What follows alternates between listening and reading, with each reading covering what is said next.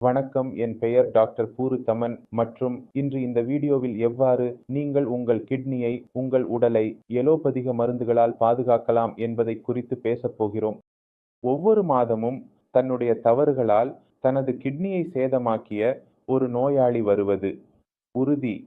மற்றவர்களின் பின்னணியில் காரணங்களை தேடும்போது பெரும்பாலும் அவர்களின் பின்னணியில் உள்ள காரணம் அது அவர்களின் மெர்ஜூசிலிவி மருந்து இந்தியா ஆக இருக்கிறது. இந்தியாவை தவிர்த்து வெளிநாட்டுக்கு சென்றால் அங்கு மருத்துவரின் ஆலோசனை இல்லாமல் எந்த கெமிஸ்டும் உங்களுக்கு மருந்து வழங்க முடியாது. ஆனால் இந்தியாவில் என்ன நடக்கிறது அப்படின்னாச்சு, நீங்கள் எந்த மருந்தையும் உங்கள் குறைபாடுகளை கூறி கெமிஸ்டிடம் எளிதாக வாங்கலாம்.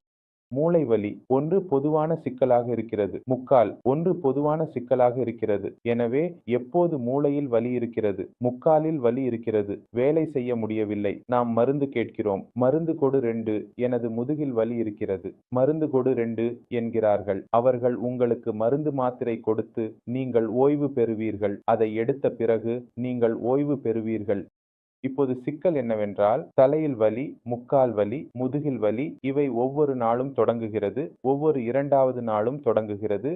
மற்றும் நாம் என்ன செய்கிறோம்? அதே மருந்தை மீண்டும் எடுத்துக்கொள்கிறோம். அதே கோப்பை மீண்டும் அந்த மருந்தை மீண்டும் எடுத்துக்கொள்கிறோம். நாம் பல ஆண்டுகள் எலோபதிக மருந்துகளை எடுத்துக்கொள்கிறோம். அதில் எதற்கும் தீங்கு ஏற்படும் என்பதை நாங்கள் அறியாமல் இருந்தால் நமது கிட்னியில் அதன் விளைவுகள் தொடங்கும். அந்த சில உப்புகள் கிட்னிக்கு சேதம் செய்ய உலகளாவிய புகழ் பெற்றவை மற்றும் அவை வெளிநாடுகளில் கிடைக்கவில்லை. ஆனால் இந்தியாவில் அவை எளிதாக கிடைக்கின்றன. உதாரணமாக, நீங்கள் டைக்ளூபினெக் அல்லது டெப்ளூஃபேனெக் என்ற மாத்திரையை எடுக்கிறீர்கள். நீமோஸ்லிட் வெளியில் கிடைக்கவில்லை, ஆனால் இந்தியாவில் மிகவும் எளிதாக கிடைக்கிறது. அதை நாம் எடுத்துக்கொள்கிறோம். இதோடு எங்களுக்கு தெரிந்த பல ஆன்டிபயோட்டிக்ஸ் உள்ளன. அவை கிட்னிக்கு சேதம் விளைவிக்கின்றன மற்றும் அவற்றை காப்பாற்றுவதற்கான முறை மிகவும் எளிமையானது. எல்லா ஆன்டிபயோட்டிக்ஸ் எல்ட்ரோமைசின் போன்றவை மைசின் என்றால் முடிவடைகின்றன. அவை எங்கள் ஆன்டிபயோட்டிக்ஸ் ஆகும். அவை கூட கிட்னிக்கு சேதம் ஏற்படுத்துகின்றன. எனவே எவ்வளவு வலி குறைப்புகள் மற்றும் ஆன்டிபயோட்டிக்ஸ் இருந்தாலும் உங்கள் விருப்பத்திற்கேற்ப வாங்கி சாப்பிடாதீர்கள். ஏனெனில் இவை உங்கள் கிட்னிக்கு சேதம் ஏற்படுத்தும். இப்போது ஒவ்வொருவரின் உடல் மாறுபட்டது. ஒருவர் மற்றொரு நோயாளியுடன் ஒப்பிடுகிறார்கள். அவர் சொல்கிறார், அவர் அதை சாப்பிட்டார், அவரது கிட்னி கெட்டதில்லை, எனது கெட்டது. நீங்கள் புரிந்து கொள்ள வேண்டும், ஒவ்வொரு உடலும் மற்றொரு உடலுக்கு மாறுபட்டது. நீங்கள் பால் செரிக்கிறீர்கள், இல்லை. நீங்கள் கோதுமை செரிக்கிறீர்கள், இல்லை. நீங்கள் 10 வகையான அலர்ஜி, இல்லை. யாருக்காவது 10 வகையான அலர்ஜி இருக்கலாம், புலோனில் அலர்ஜி இருக்கலாம். எனவே ஒவ்வொருவரின் உடலும் ஒரு மாறுபட்ட முறையில் செயல்படுகிறது.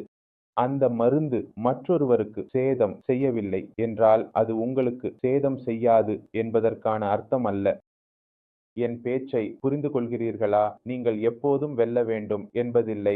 இது சரி, இதை பெறுவதிலிருந்து தவிர்க்க வேண்டும். உங்கள் நோயை புரிந்து கொள்ள வேண்டும். உங்கள் தலைவலி இருக்கிறதா? தலைவலி ஏன் வருகிறது என்பது முக்கியம். தலைவலியை அழிக்க வேண்டும் என்பது முக்கியமல்ல. உங்கள் தலைவலி இருந்தால் முதலில் உங்கள் இரத்த அழுத்தத்தை சரிபார்க்கவும். உங்கள் இரத்த அழுத்தம் எவ்வளவு உள்ளது என்பதை முதலில் பாருங்கள். இரத்த அழுத்தம் உயர்ந்தால் அதை கட்டுப்படுத்தினால் உங்கள் தலைவலி முடிவுக்கு வரும்.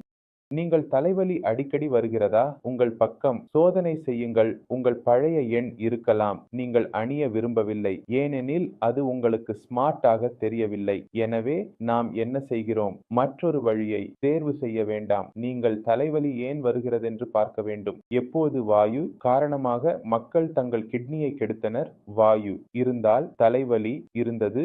வாயு சிகிச்சை எடுத்துக்கொண்டு தலைவலிக்கு சிகிச்சை எடுத்துக்கொள்கிறார்கள். தங்கள் மருந்துகளை எடுத்துக்கொள்கிறார்கள் மற்றும் கிட்னி கெட்டுவிட்டால் நான் உங்கள் அனைவரிடமும் கைகளை இணைத்து வேண்டுகிறேன். நீங்கள் எப்போது சிம்டம் மீது செய்யாதீர்கள். சிம்டத்தை அழிக்காதீர்கள். சிம்டம் 1 என்பது எங்கள் உடலில் உள்ள ஏதோ ஒரு விஷயம் நடந்து கொண்டிருக்கிறது என்பதை எங்களுக்கு தெரிவிக்கும் சிக்னல் ஆகும். உங்கள் உடலில் ஏதேனும் தவறு நடந்தால் அதை அங்குதான் சரி செய்ய வேண்டும். பிபி உயர்ந்தால் பிபி சரி செய்யுங்கள். தலைவலி சரி செய்ய வேண்டாம். தலைவலி தானாகவே சரியாகும்.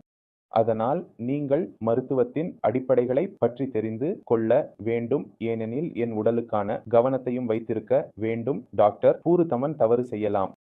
நீங்கள் சிறிது அறிவு கொண்டிருந்தால் நீங்கள் மருத்துவரை தவறு செய்யாமல் தடுக்க முடியும். எனவே வலி குறைப்புகள் மற்றும் ஆன்டிபயோட்டிக்ஸ் பற்றி நீங்கள் சிந்திக்க வேண்டும். கூகுளில் பல தகவல்கள் உள்ளன. எப்போது ஒரு மருத்துவர் உங்களுக்கு குறிப்பிட்ட மருந்துகளை எழுதும்போது தயவு செய்து பாதுகாப்பான வழிமுறைகளை பாருங்கள். அதில் புற விளைவுகள் எவ்வாறு உங்கள் உடலில் செயல்படலாம் என்பதை பாருங்கள். ஏனெனில் மருத்துவரிடம் செல்லும் போது மருந்துகளை எவ்வளவு எடுத்துக்கொள்ள வேண்டும் என்பதற்கான அறிவுரைகள் மட்டுமே கிடைக்கின்றன. மருத்துவர் 5 நாட்கள் எடுத்துக்கொள்ளுங்கள், 6வது நாளில் எடுத்துக்கொள்ள வேண்டாம் என்று சொல்கிறார். ஏனெனில் அதன் தீங்கு ஏற்படலாம் என்பதை நாங்கள் அறிவோம். எனவே இது உங்களுக்கு மருந்துகளை எவ்வாறு எடுத்துக்கொள்ள வேண்டும் என்பதில் உதவுகிறது.